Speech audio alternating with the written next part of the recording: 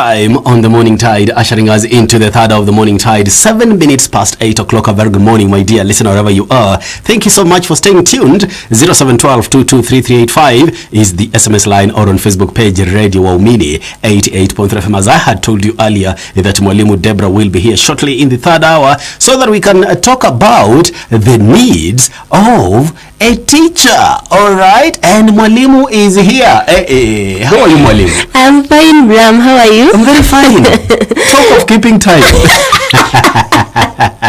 Yeah, that is good. I am learning that. And that is good. This year I'm doing something about quality time management and self-development. Wow. Where I have 10 things that I do in a day. Very simple things, like drinking 2 glasses of water, getting out of bed by 6 a.m. And I tick and I ensure I have done. So I check my progress. So far so good. Time management, perfect.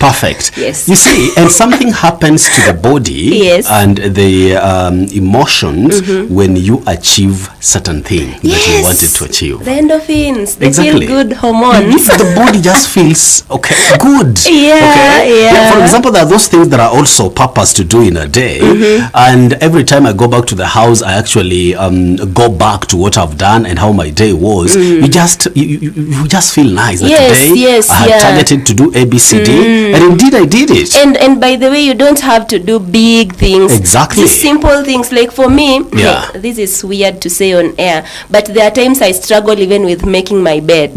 So I have it down. Yes. I have to make my bed, have this quiet time, and at the end of the day, I check what did I not do and how did I do it. So when the day ends, I can see my performance, and then at the end of the week, I also do a tally and see the percentage where I am at. Where you are at. Yes. And that is Mwalimu. My dear listener, you can borrow a leaf, okay? Don't focus on the big things. Begin with the small things. Anyway, Mwalimu, karibu sana. Asante. How have you been? I have been okay. A lot is going on. A lot of engagement, a lot of activities. But God is good. And we thank God for like that. I said last week, busy is very good. As long as in the busy you are being productive and you're not killing yourself trying to do everything. You are slowing down when you have to slow down or when you need to slow down, and you're taking good care of yourself. Busy is very good. So I'm busy and happy. Busy and happy. Yes. I like that. That is good. So Mwalimu, karibu sana. Asante. And today we are focusing on the needs of a teacher. But before we look at the topic, Mwalimu, do you have a class with Grace this coming Saturday? Yes, we do have a class, Healing from Shame, and it will be a more practical approach class. So it will be happening from 8 p.m. to 10 p.m. And it's virtual, so you can reach out to me and I'll give you details about the same. And I'll be giving out the number at the end of the program. So my dear listeners, stay tuned because we have to be intentional. All right, and that is it. Mwalimu, you see, today we are looking at the needs of a teacher, and thanks to Violet, who has just stepped out, she has told me, Bram, do you know that today is the International Day of Education? What a coincidence. Look at that. And you see, UNESCO is dedicating the International Day of Education that is celebrated on 24th of January every year. This is 2024 to the crucial role of education and teachers, the way they play a role in countering hate speech. Remember, with the emergence of new media, social media, hate speech is actually damaging the fabric of our societies. So that is exactly why what UNESCO has dedicated this day towards. So we see that for us to curb all these things that are happening either on social media and also nurturing our children to actually know how to interact with people, teachers play a very important role. What we talked about last time, and that is why we have to focus on the needs of a teacher. That is exactly where we begin from. Take us through about that. So I am going to talk about 3 very important needs, and the whole the conversation will be centered in the 3 things. And the first thing that is very crucial to a teacher is authenticity. And when we talk about authenticity, we refer to something that is very original, something that is undisputed, something that is real. The dictionary talks about something that is genuine, you know. So when a teacher goes through training, when they are in the teachers training college or they are in the university or wherever, and they are studying to be teachers, there is that ideal environment that they expect when they come to school, because they have been told, as long as you are professional in this manner, as long as you are doing 1, 2, 3, you have your records, we have the record of work, we have schemes of work, we have the lesson plans, and then you are allocated your lessons and you're doing everything. Nowadays there's also something that is added called TPAD, where teachers do appraisal at the end of the term, and then at the end of the year they do appraisal. So a teacher, when he or she is coming to the job market, that is the school environment, they come with their expectations, and they come with the ideal environment that they expect from that place. And so authenticity or originality or genuineness becomes very important to the teacher, because if they are coming to a teaching environment and they find the things they were told are not happening, you know, the teacher is supposed to voice her needs or her concerns to the supervisor, for example, but when they go to the supervisor, nobody is listening to them, nobody is there for them, then that becomes very hard for the teacher. There are also situations where sometimes a parent gossips about the teacher at home, you know. So this teacher, this parent may even come to school during the school they are called academic days or academic clinics, and the parent is acting like a saint when they have tarnished the name of the teacher. So then this teacher, it becomes very hard for he or she to deal with the student, you know, because there is no balance. When there is no authenticity, there is no genuineness, it becomes very hard. There are also some administrators who use what we call divide and rule. You are using a teacher to attack other teachers or to attack other staff, or to, so it becomes very hard for the teacher to live in that environment, and sometimes compromise now happens because the administrators will end up having favorites. Teachers have these groups, and sometimes it even gets to a point where the teachers say, we are here to teach, so they teach and go home, so they cannot offer the support we were talking about. You know, the first week before students reported to school, we were talking to teachers before we did self-care for teachers, and we told teachers that they can look at learners as learners, as a people, not just as learners. So there are these extra needs that the teacher also fulfills when he or she is in the school environment. And so now, if the environment is not genuine, if it is not authentic, then there will be a lot of compromise, there will be a lot of ineffectiveness, and there will also be a lot of back and forth, both by the administrator or the supervisors and the teachers, the students. So I think the number one need that all teachers really yearn for is authenticity. You just talked about the education day, and we saying that we are protecting teachers from like cyberbullying and these names and labeling, you know. This thing is backed up by authenticity. If we are really genuine and authentic and acknowledge that these teachers are doing a good job, then really we will step up, you know. We will not just come up with activities, because every organization have this part where they want their teachers to thrive. Every institution, they want their teachers to thrive.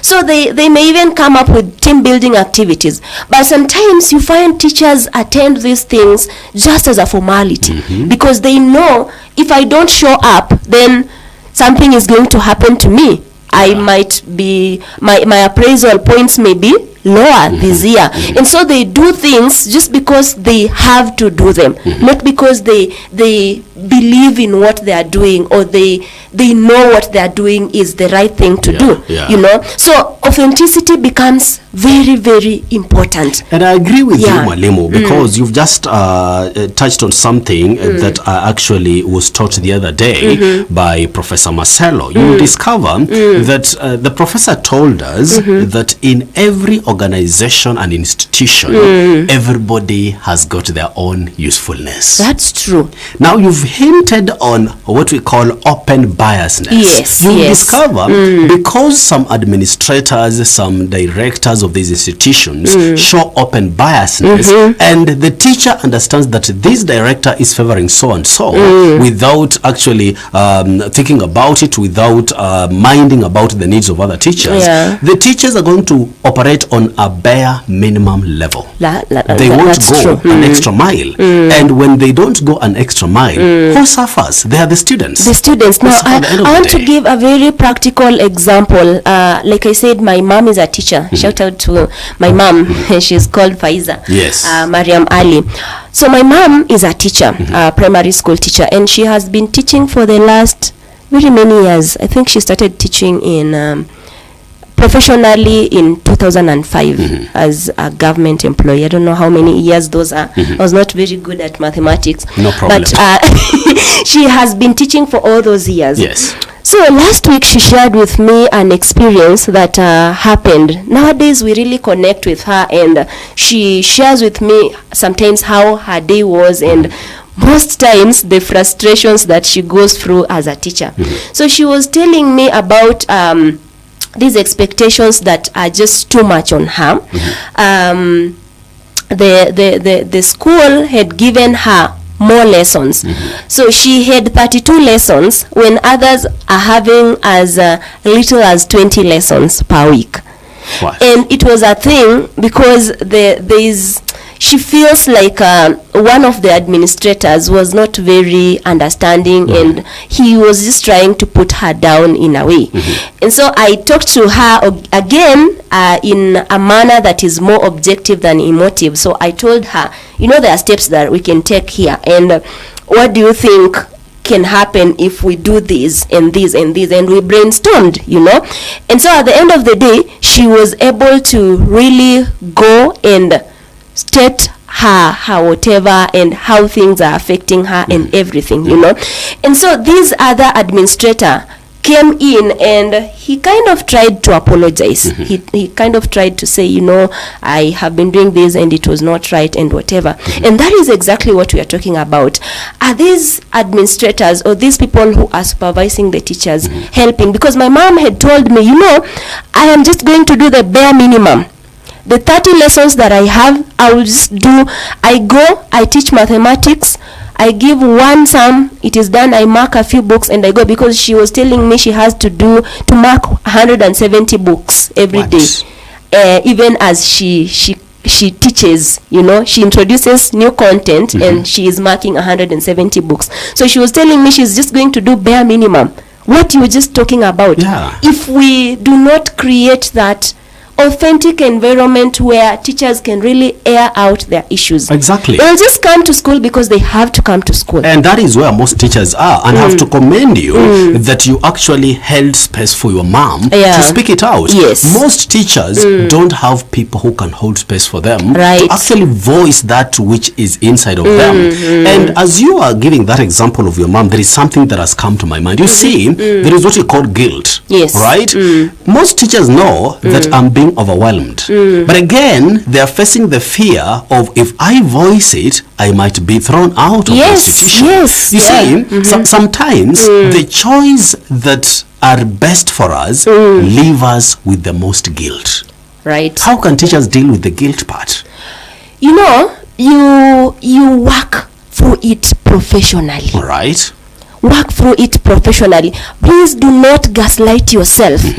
Do not guilt trip yourself. Do not put yourself in a space where you are always self-condemning. And this is where now our classes on shame become very, very helpful. Yeah. Because some of these things, like feeling the guilt when you are doing the right thing, is rooted on shame. Yeah. You know, it is how we were brought up. Some of us were not given an opportunity to speak. We were just there to be seen and not to be heard. Yeah. And so today, when you are there and you have to speak up for yourself, it becomes very hard and very complicated. And so some of these programs that come up, please, teachers, take and make use of them. Take the opportunity and grow yourself so that you are able to actually stand up, because there is when I started, I said there is the real environment and there is the ideal environment. The ideal is the one you're creating, the one you know is supposed to be there. But when you get there, that is not what is on the ground. Yeah. The authenticity and genuineness sometimes, actually most times, is corrupt. And so as a teacher, you need to get hold of your life. I mean, work on yourself, do what we call self-work, so that you can confidently step up and say, you know, Bram, yes, you are the school principal, you are the head teacher, you are the manager, but what you're doing, I feel this and this and this. I believe, not I feel, because feelings can change, you know. I believe this is not the right way this can be dealt with. Yeah. How about we do this and do it in a very respectful manner? Very respectful manner. I like that. And sometimes, Mwalimu, I like the way you said when you are introducing. You see, whatever we are talking about here, Mwalimu, is rooted again in our upbringing. Yes. We have people who are never validated. Right. So the only way they can find validation, it is through work. Okay? Just being yes men and women. Yeah. Because that is where they find their identity. Not knowing that when you actually bite more than you can chew, fatigue is going to hit you big time. Burnout is going to come. And when you get burnout, I think this one, we really addressed it last week when we talked about self-care for teachers, you know. Burnout is going to catch up with you. And it might not be very soon, but it will come. It will catch up with you. Yeah. And I was just doing a study. I was reading some article that was done in the US. And some teachers were talking about this whole issue of burnout and the way they are struggling with it. And most of them are workaholics because they were conditioned to believe that they are just supposed to give and give and give and give and not think about how they are giving, the how part of it. For them, as long as they are giving, it is okay. And that is why we are having students who are half-baked. Yeah. They cannot stand up. Yesterday we had a conversation in our department at Park, and we were talking about the students who come to school to study theology and chaplaincy related courses, you know. They only have theology. And one of the members in the committee said, you know, these students who are doing theology, can we have them stand up and at least preach so that we know how we have modeled them? And the chaplain was so gracious and confident, and he said, you know, these guys, I have even tried to ask them to do it, and one says, yes, I will do it, but not today, not today, not today. By the time they realize it, it's time for their graduation and they are leaving campus. So these people have never stepped up. You know what I thought? I thought these students could be lacking confidence, because maybe we are not very hands-on when we are doing the work. Because I believe if a student is studying, like when I did education, I had to do teaching practice, and I had to go to class and teach and be assessed. And you know, so as teachers, we can really bake students fully and do a good job without doing these half-baking things, because we are giving the best. And giving the best means that our condition, our mental health is also in the best state, so that we are not burning out and giving the bare minimum. We're not just showing up to class because we are supposed to show up, but we are showing up intentionally with a lot of intentionality. We are deliberately going to school to impact and to transform, to influence graciously. You know, so we're not just dressing up and showing up, and we are happy people saying mwalimu, and we are going to class for the sake. No, I hear some students talk about how their Swahili teachers were, because I am a Swahili teacher, and sometimes I interact with students and ask them, so how were your Swahili lessons? And most of them actually tell me, for me, when it came to the time of reading set books, I would just put my head like I am bowing and close my eyes and then doze off and wait for the class to end. But the teacher was there. Yes, the teacher was there. The teacher would just come, sit there somewhere, maybe at the back or there in front with his or her book, and they are just opening the pages saying next. They continue next, and even the teacher sometimes he or she is also dozing as the students are reading. Can you imagine that? That is what we are talking about, bare minimum. Because the teacher, when the teacher is dozing, it means this teacher is tired. That is true. Yeah, they are tired. They need a break. What I like, what we are talking about here, it is a high time has come where we have to actually accept what we call pattern disruptions. Yes, because most of us are living in our autopilot. Right. That's exactly what we are. Okay, so we must understand that for us to reach this level that Mwalimu is calling intentional level, we have to disrupt our normal patterns. And this comes up in a way we talked about last week. Update your software. Thank you. Please don't just dwell on what you studied in school. The world is dynamic. The education sector is very, very dynamic. And by the way, teachers, with the introduction of JSS, this junior secondary school, and the CBC curriculum, you will have a lot of updating to do. You really are. Oh, we are going to produce very funny students. There's a class in there's a class, I think it is the class of 2015. There was an issue of irregularities. I don't know if you remember. A lot. And recently some people were joking on the internet and saying these class that was there, the 2015 class, are now on practicum, and some of them are doing the attachment. So they were giving examples of what these students are doing, what they are doing on practicum, and it was it's interesting to read some of these things that the students are doing. So we need to be very intentional. Very, very intentional. Very intentional. And when we get to school, update ourselves. And we as teachers ourselves also need to be authentic in as much as we are talking about authenticity. And this one, I'm not going to dwell on it, because last week I shared about professionalism. Exactly. And I told the teachers how we are supposed to behave in schools and how we are not supposed to behave in schools. Be a teacher. Be a teacher, not an imitation of a teacher. I have heard of teachers who have been sacked because they helped students to cheat in exams, or some of them got involved in sexual relationships with students and stuff like that. So you yourself, are you authentic? Even as we support you, your need of authenticity in the learning environment or the school environment, are you yourself authentic? Do you have integrity? Are you doing the right thing even when no one is watching you? The right thing when no one is watching. I like that. So number one is authenticity. Yes, authenticity. Number two, we are going to talk about empathy. Yes. Now, teachers are human beings. They have hearts, just like people in all the other professions. They have hearts. They are not using rocks and stones in place of hearts. They are human beings. Some of them are also broken. The things we hear in this world, teachers are part of the world and they have gone through.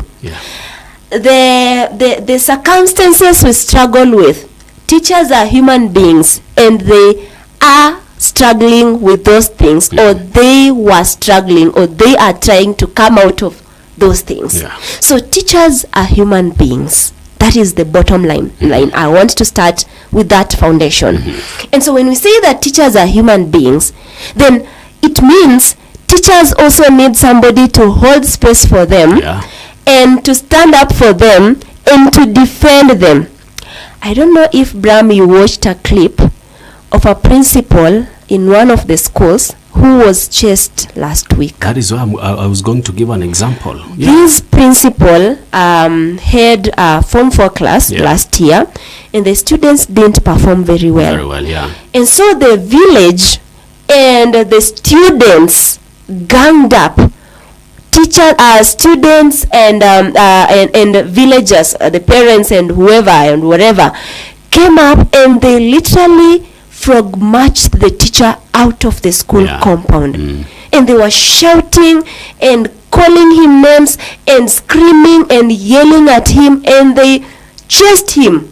And it was like a mass chasing a principal. Can you imagine how traumatic that is for that principal? So wrong. It's so wrong. He could be a dad. He could be a father to someone. He is an uncle. He is a husband. He could be a husband to someone.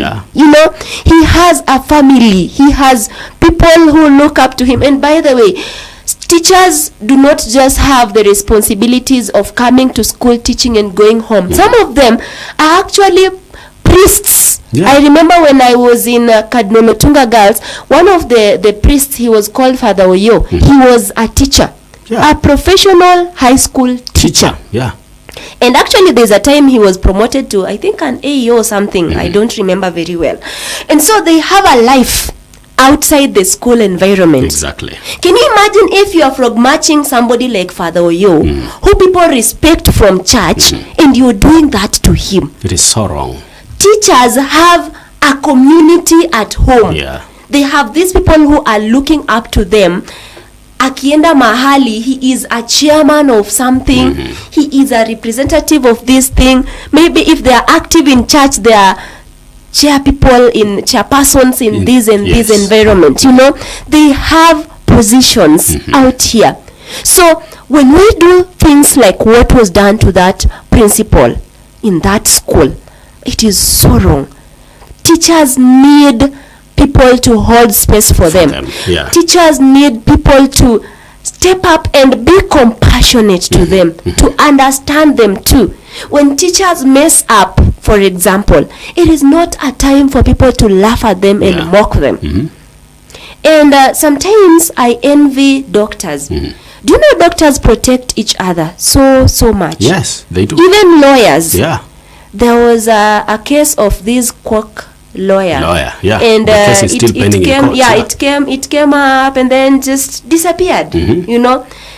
But mostly when teachers are found in scandals, everything blows up. Normally it is teachers, priests, pastors, those people. Things just, they blow up. It becomes like these people are not human beings. They don't have human flesh and human heart. So empathy is very, very important. It is a need for a teacher. When they are coming to school, they're also having their issues. And by the way, teachers, we said you also need to take care of the things that are within your control. Again, our classes pop up in this. We are offering you opportunities to grow yourself. We are holding space for you and helping you deal with your baggage so that you don't transfer. So that even as people are holding space for you, you are not too much for them. You are just enough. You are just being held for space in the right manner. We are not also overdoing, because there are also other things that we are supposed to do in the school environment, not just to be empathetic to you. But as a school or that learning environment that the teacher is in, they really need to be appreciated, and not just appreciation by face value. But again, we go back to the authentic appreciation. You mean the appreciation. You tell them, yes, you did this and this and this and this, and we are grateful. So are you being empathetic? How is the work-life balance of that teacher in your school environment? And for you as a teacher, how is the work-life balance? Because we need empathy. We need people to really hold space. You see the way I held space for my mom last week, and I was telling her, yes, this is a lot of work. I understand you're going through 1, 2, 3, and this is not right. And I believe we can do this and this and this or the other. So teachers need that. Okay. Teachers need somebody to be there for them and to be present. Present with them. And I think next week we'll be talking about is there a need for spiritual intervention in schools, or is there a need for chaplaincy in schools? Catholic schools are very lucky. Like I was in a Catholic school. I went to Cardinal Letunga Girls High School in high school. And we were so lucky because we had these programs that were really tailored into our spiritual needs. And so I could see teachers also had an opportunity for their lives to be shaped and for them to be nurtured and mentored and to experience compassion in those spaces. We used to have mass. We used to have programs where we would pray together and fellowship together. And I know these mainstream churches, like Catholic, the Catholic Church, the PCA, the ACK, these ones have very, very good chaplaincy opportunities, and students who go to these schools have an added advantage because they will be taught about prayer. I remember in our school, we even had an opportunity where if your parent allowed, you would go through all the catechism classes and be baptized and whatever and be confirmed and stuff like that, So we'll be talking about chaplaincy in schools next week. And so this is an opportunity where teachers can also experience empathy and compassion when it is done in authenticity. All right. When it is done in authenticity or genuineness. Not we are coming preaching water and we are taking wine. By the way, if you're not authentic, even people cannot trust you. Definitely. In the conference I attended over the holidays, there is one speaker who said that even non-believers mock believers who are compromising. They mock believers who do not live what they preach. They mock them. You are telling people that live in this right manner, but you're not doing it. Even them, they despise and mock that. Exactly. So if it is done with a lot of authenticity, it is very good. And we'll be talking about that next week. Chaplaincy in our schools. How are we modeling it, and how is it very important? Do students need spiritual care? Do teachers need spiritual support or spiritual care? And I really applaud these mainstream churches because they are hands-on when it comes to that. All right. So empathy, very, very important. And I agree with you. Remember, when you're talking about empathy, Mwalimu, it takes me back to what we talked about the very first time we began sharing this journey about education. And there is a statement that you said, you urged teachers to see these students as a people. Yes, not just as learners. Not just as learners. Now, that is exactly where we are coming at again, that we don't just need to see these teachers as teachers. We need to see them as a people as well, so that we can have this empathy that we are actually talking about here, which is very, very, very important. It's very important. And for us as administrators, of course, I know most of us are really updating our software. Most administrators, by the way, are good at updating themselves and taking these self-development courses and everything. So please also check on the empathy part, and that is purely mental health. Check on it. One day only of a retreat is not enough. Some of us think as long as we have this retreat day. So the whole term, teachers have been working. Actually, some schools have it once per year. That is true. So it is once per year. That is when you are coming together and saying, no. There is more to it than just a one-day retreat. Empathy is a continuous process. It is a need in the school environment. It is a need. It is not something that we can just do once in our lifetime, you know. And we'll be talking next week. We'll be talking about how chaplaincy can be done in schools, you know. There are so many things that we can incorporate that will bring this empathy thing into life. And by the way, it may not happen overnight, but it will surely happen. Okay. Because it is something, if done with a lot of consistency and effort is put in, it is something that is very, very doable. Very doable. Yes. All right. Number 1, authenticity. Number 2, empathy. Number 3. Lastly, we're talking about time. Okay. I know when we talk about time, people always come up with this thing of, but you guys have holidays. You have like recently teachers are coming from a 2 months holiday. Yeah, 2 months break. But I want to bring this up, and maybe Bram, you can also bring in your input. I am thinking about a teacher who is working continuously, and this teacher is not experiencing a lot of support, is not getting a lot of support, because we know our schools. I have been in the staff room, I have been in the school environment. I know how schoolwork looks like. I worked at a place where teachers would be given an afternoon off. And even my brother worked somewhere, a school called St. Lucie Kiriri Girls. It is right in Mwihoko, somewhere in Mwihoko.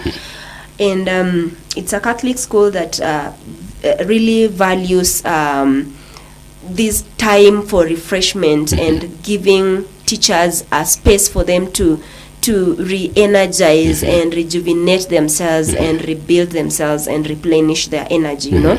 So every week there is a day that a teacher is given an afternoon away. And by the way, that doesn't mean that work will not be done. Yeah. There's a way, if you look at your timetable in school, like, let me take an example of my mom. My mom told me after they had reduced her lessons that she has 20 lessons, right? So these 20 lessons, if they are well distributed in the whole week, the week has 5 days, right? So the 5 days, we are talking about 4 lessons per day, right? So instead of having 1 lesson in the morning, another one mid-morning, 2 in the afternoon, what if we compress these lessons to morning hours and give my mom a break in the afternoon, to take care of herself? Yeah. You see? So, and this is a conversation that the management can have that is true. In schools. Yeah. And think about, because I loved how St. Lucie Kiriri Girls does it. That like my brother, every Wednesday afternoon was his break. So he always knew that Wednesday afternoon, I have a break. And he can even spend the afternoon just sleeping and taking a nap. Yeah. You know, that power nap. It's very, very important. And so he becomes very productive. He was teaching their French, and the students did very well in that French subject. So we can look into this time factor.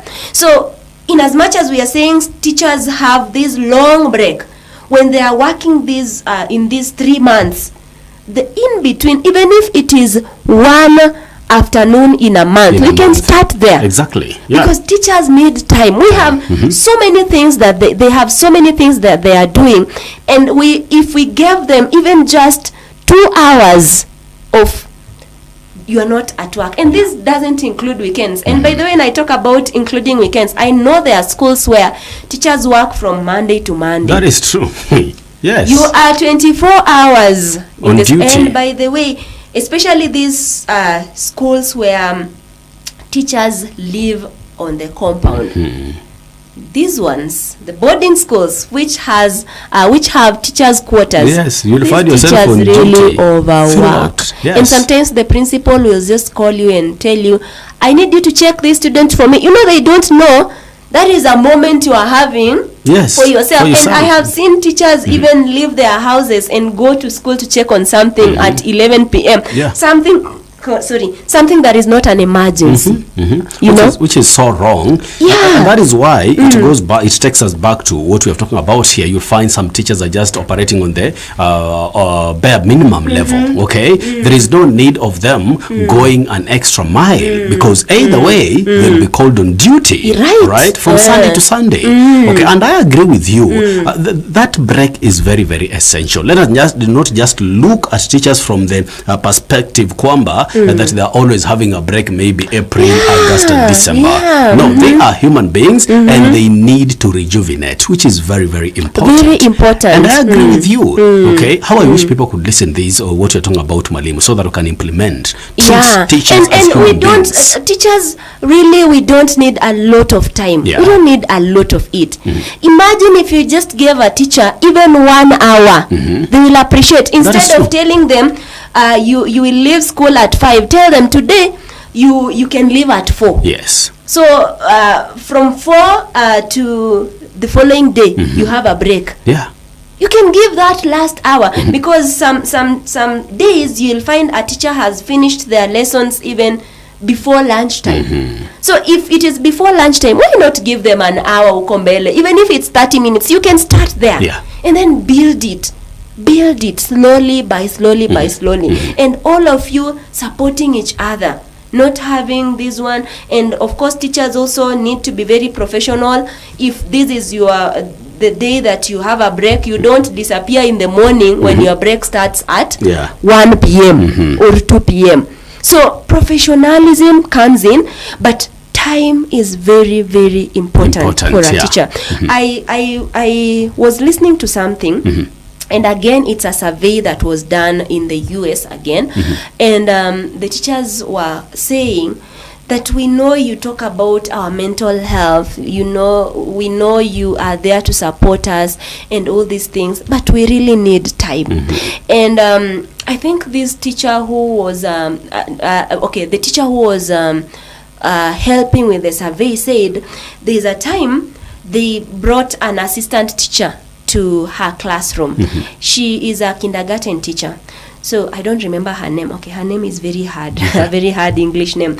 So they brought an assistant teacher, and there's a time when this teacher had just a moment to have a quiet time and not do something. Just a moment to relax, a moment to be there, to be present in the class, but just relax and let the assistant teacher do the work and help with managing the kids and stuff like that. And she says that term there was a lot of productivity. Some students who were having struggles even with dyslexia, where students are unable to read the letters, they see letters that are turned upside down and whatever. These students actually caught up with the learning experience. So she was saying time is very, very important according to her, because if a teacher is even given just given even 30 minutes to not think about schoolwork, and this is not weekend, it is weekday, it helps the teacher to plan and to do things and to try look at, sometimes teachers actually don't have time to look at how they have gone through their week. Of course, those who have done self-development courses and stuff like that, like myself, I know that before the week starts, I need to check my planner and see what I'm going to do that week, the extra I am going to give that week, what I'm going to cut that week, and assess how my week was. So if I am given the 30 minutes, for example, or the 2 hours, then in between the week, I can actually evaluate, did this and this that I planned last week, over the weekend, is it being achieved? Like I can trace and track the progress of that week. Because so that I am not just going to school to teach and go home. I am actually doing something that is impactful. Very important. So time very is important. Very, very important. So let's not look at time in this perspective of, but you guys have a break, but you guys have this. No, let's look at it as a moment where teachers are really also having a moment to just refresh themselves, you know. Very important. You told us when we started the program that I am a very good timekeeper. Why I have chosen and why I chose to manage my time and to learn timekeeping is because I learned that when you waste even a little time, you can waste so much. Exactly. When you create some time for something, you can add so much. When you take some time to brainstorm and to evaluate what you are doing, you can be more productive. And that is why even in the office, I try as much as I can to get to the office on time. I try. You know, people who live in Nairobi know Thika Road, the way we struggle sometimes with traffic. But I can never give an excuse of there was traffic. Because I tell myself by this time I should have left the bed, by this time I should have left the house. So unless it is an avoidable circumstance, I'll be in the office on time. So if I am also given time and told, by the way, Deborah, this time you can use it to do 1, 2, 3 on yourself, and it is actually working hour, I will be more productive, because I will tell myself, hey, this 1 hour or these 2 hours or this afternoon, the principal has given me just to revive myself. So I am going to do my very best. I will do a lot of evaluation. If it is a self-care activity, I will do it. Because let me tell you, you may be thinking that a teacher has this weekend and they can do self-care over the weekend and stuff like that. But let me tell you, most of these teachers, like I said, they also come from communities that are demanding. On Saturday, there's this wedding they have to attend. There's this burial. They are people in the community. There's this whatever, there's this church program they are doing. They have a life out of school. So if you create an hour or a moment for them to just go out and rejuvenate themselves, you will have added value in their lives. Very important, Mwalimu. Wow, very passionate there. Number one, authenticity, empathy, and time. How I wish people could listen to this, Mwalimu. We will start treating our teachers as human beings and not as robots, not as machines who are just there to deliver and deliver and deliver, meeting targets left, right, and center. And let me tell you, if you don't do it, it is still okay. Teachers will come to school, but the productivity level, poor. It will be poor. People will give bare minimum. People will just show up because they have to show up. People will just, hey, you guys don't know human beings. Human beings are just human beings. In as much as they have done a lot of psychology in school and they have learned all these things, and if you don't take care of them, they'll also put you in your space. By the way, look at very many organizations. It happens. Okay, where managers are domineering and controlling. You look at the staffs. They will go on duty because they have to pay the bills. They have to pay the bills. Exactly. The other day we were having a discussion in our department. We have this staff fellowship that happens every Wednesday in the afternoon at Park University. And then we were asking ourselves, how is it? We were trying to evaluate it as a committee. And we actually found out there are people who come to it because they are forced to come to it. Not because they know there is value and there is something they are looking up to when they are coming to it. So we were brainstorming on ways in which we can make it more engaging and make it in a manner that people can look forward to attending them, attending the staff fellowship and stuff like that.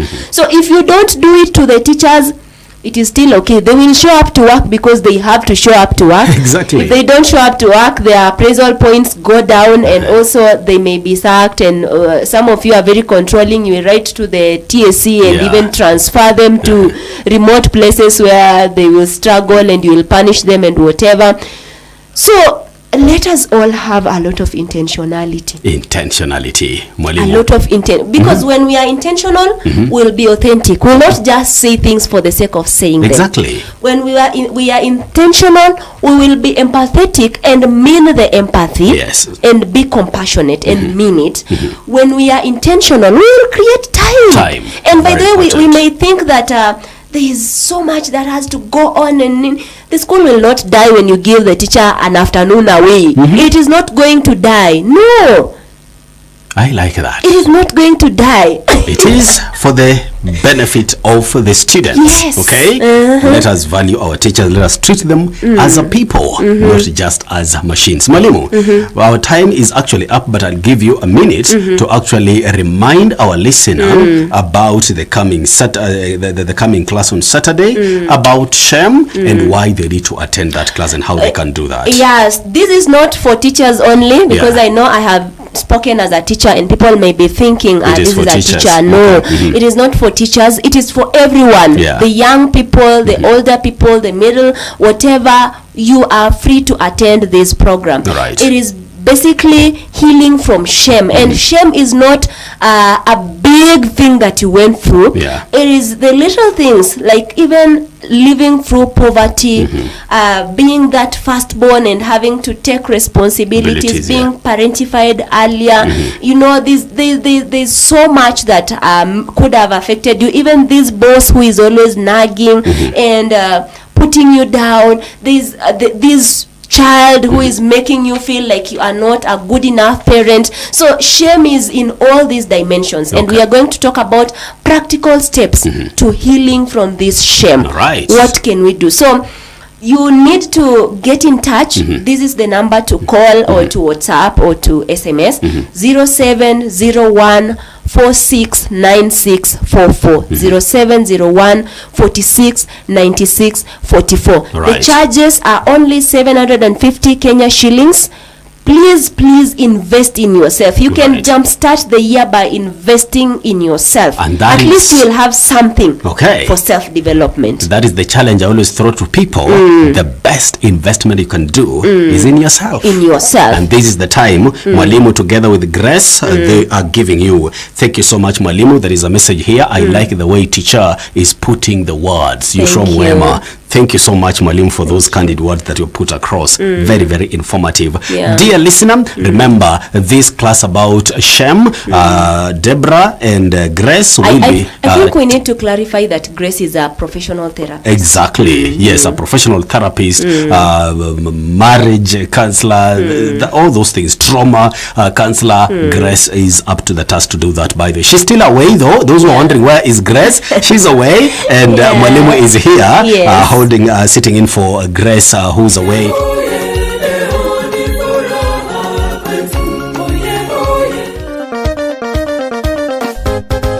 This is Radio Waumini 88.3 FM.